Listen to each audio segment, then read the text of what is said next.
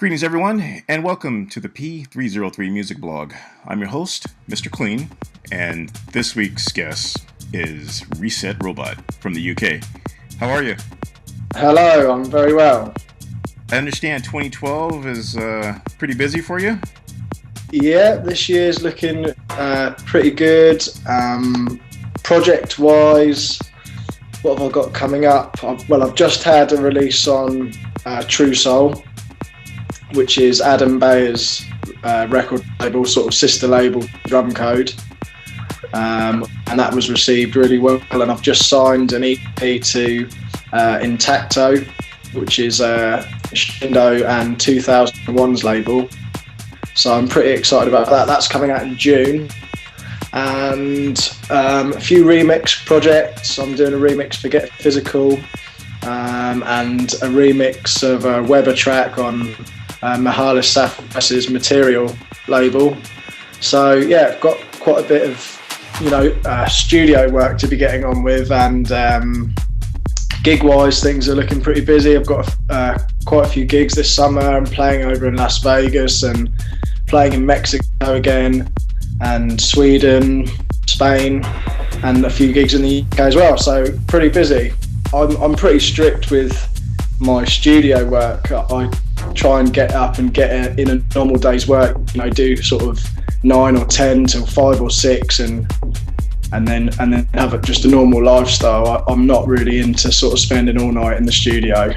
When producing a track, what is your approach when you go into the studio? Like your technique, pre-production, what do you do when you lay out a track? I normally just sort of, I get a lot of inspiration off listening to a lot of different music, and whether I've been listening to a bunch of sort of, non-electronic music, or if I've been DJing that weekend, I'll have a lot of inspiration to go off, and I'll generally just sit down and put down a pick and a bass and just start playing, just get a solid groove together. That's normally how I kind of work. What are some of your influence as far as the non-electronic genre? Well, I guess, sort of non-dance music would be the thing, because almost everything has some electronic elements in it now, and but stuff people like Radiohead I absolutely love, and Hercules and Love Affair, and they're still quite dancey, but not for my DJ sets. Bands like The Editors and Kings of Leon I really like. Who else? All sorts of people. Bat for Lashes, she's great. I've got so much stuff, and it all sort of gives you inspiration when you listen to it. Some of the tracks you have, Weeds is one of my favorites. Oh, quite cool. Yeah. Dig that track. Count Clown. Yeah. Pig Nose is the track that kind of got you started. Is that true? Yeah, that was the sort of one that got picked up by Ali and for Sci+Tec. It wasn't my first track as Reset Robot, but it was one of them. I think it was my second or third, and it kind of, I gave it to Alan Fitzpatrick, and he at the time was sort of chatting to Ali, and he sent it across to him, and then it just sort of snowballed from there, really. So you've had releases on 100% Pure, Excentric Muzik, 8-Sided Dice, Truesoul, and many more. How do you attribute your popularity or the fact that you're sought after? I guess just,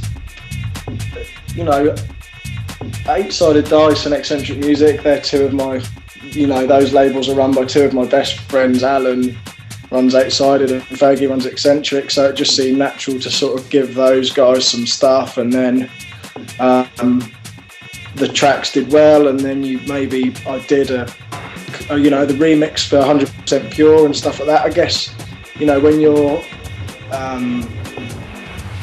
on those sort of labels, people take notice.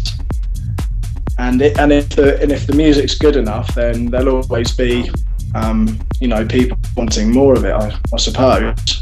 And networking as well, always getting in touch with new people and speaking to people and just sending music out. That's definitely a way to get known, is to meet people, shake hands, rub elbows, get out to the public. Yeah, do all that sort of stuff. Yeah, and that really helps, is actually sort of trying to talk to people, and always making new contacts as well, and not sort of getting stuck in the same sort of patterns, you know.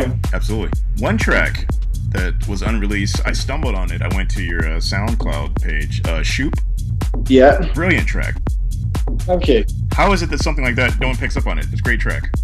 Well, it's a funny one. I did that a couple of years ago, and at the time I'd signed a track to iVav, which is Steve Lawler's label, kind of sister label to Viva, and he was after a B-side, so I sent him that and he didn't like it, so I just sort of thought, well, I'll keep hold of it then, and I guess just sort of thought maybe it wasn't right, and then I actually hadn't listened to it for ages, and I was going through my old stuff a few weeks ago, and I found it, and I thought I was into it, so I started playing it again, and I just thought I'd give it away. Yeah, it's a great track. I'll put up a link to that for those of you that... Yeah, please do. That'd be great. And it's a free download, I might add. Yeah. Always good to get free music. Yeah. Legally, of course. You know, that sort of stuff is going to happen more often, I think. So you mentioned that you'll be returning to Mexico. You just came off a tour of Mexico, correct? Yep. How's your Spanish? Not very good, unfortunately. I'm one language man, I'm afraid. One phrase that may help: dos cervezas, por favor. Yeah, that's it, isn't it? That's all you need to know. Yeah. No, my Spanish isn't good, but Mexico's it's a cool place. What's the dance scene like in Mexico? Yeah, it seems really good. The gigs I had were great. Especially the gig I had in Juarez was really good. You know, that city's supposed to be one of the most dangerous cities in the world, but you know, they definitely know how to party. It was an amazing gig. And I might add that that's one of the good things about music and the universal nature, and how you have become an ambassador and don't realize that people in that area of Juarez, they're going through quite a bit. Yeah. And so you probably brought some happiness and joy to the people of that area that attended your event. So cheers to you. Yeah, well, you know, you'd never know that anything was going on. So it was good, really good atmosphere in there. Going back and looking forward to it. I've got doing a festival. Hopefully, you know, a few more gigs will be sort of put around that as well. Early on in your career, you kind of got sidetracked. Yeah, sort of. Yeah, I was with a management company when I first started doing stuff under the name Reset Robot, and you know, it was never going to work out. But yeah, they sort of cut it off, and they were just like, yeah, look, we're going to have to let you go, and that was fine. You know, the sort of stuff they were doing is a completely different thing. It's more commercial, and it wasn't going to work, and that was fair enough. But I didn't lose any confidence in that, so I just sort of carried on. And if anything, it sort of made things move a little bit quicker. So you weren't discouraged. It actually gave you that extra push you needed to move forward. Yeah, I think so. Yeah, definitely. Probably better off in the long run, because you're doing a genre or a style that you enjoy. It's more underground, less poppy or commercial. Yeah, definitely. Reset Robot. Gotta ask, how'd you come up with that name? Oh, I think it's sort of I don't know. I really don't. I think it's just sort of you can make it out of the letters in my name, but it was I had loads of different names when I first started, and I had like I was just Googling robot parts, and I had loads of weird and wonderful names, but I don't know how that got put down, and yeah, it just sort of seemed right to go with that. So no cryptic hidden message there, just that was the best one on the list. No, that's it. I mean, it was kind of a reset, you know. I did kind of change my style a bit, but that was happening sort of gradually anyway, but it was just time to, you know, change things, and, you know, maybe that's sort of why as well. When you're in the studio, are you mostly hardware based, or do you do it all software? Yeah, it's software. I use Reason. One of my favorites. It's amazing, and Reason 6 is just incredible. Really, really impressed with what they've sort of brought to the table with that. And I use Ableton. You know, some tracks I use Ableton. So Moozboosh on the last Truesoul EP, that was on Ableton. And the other 3 are on Reason, so I kind of go between those 2 programs, whatever.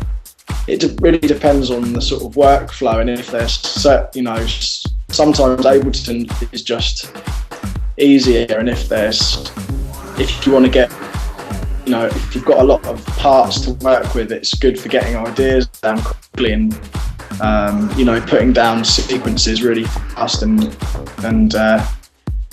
whereas Reason, I find, get, you know, more stuck into sort of rewiring everything at the back and all that kind of stuff. But it just depends really on what I feel like.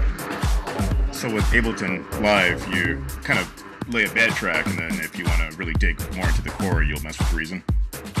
Yeah, definitely. I ask this of every DJ: the digital versus vinyl controversy.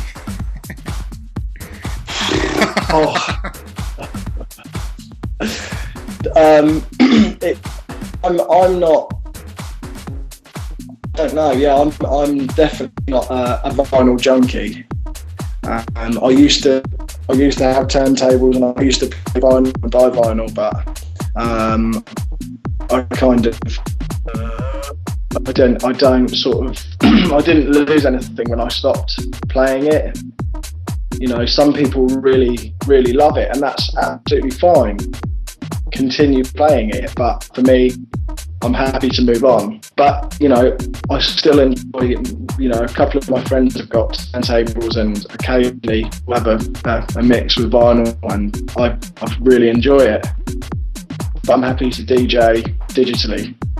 I like to think, in defense of a lot of people, many of the labels now are going digital. They're actually not pressing vinyl, so it's I think becoming more and more difficult. Yeah, you've got sort of most of the, you know, a lot of big labels will do a small run of vinyl, but, you know, most new labels starting up are digital only, with a handful. I mean, it's funny you say this, but I had Alan, my friend Alan, around yesterday, and he was on that website Dex, I think, and there's a lot of vinyl only labels on there. I mean, quite a few that maybe are doing 200-300 copies of a record, and that is it. No repressing, just the 200 or 300, and you know, there seems to be quite a sort of hive of labels doing that. But yeah, most new people are digital only, aren't they? Really.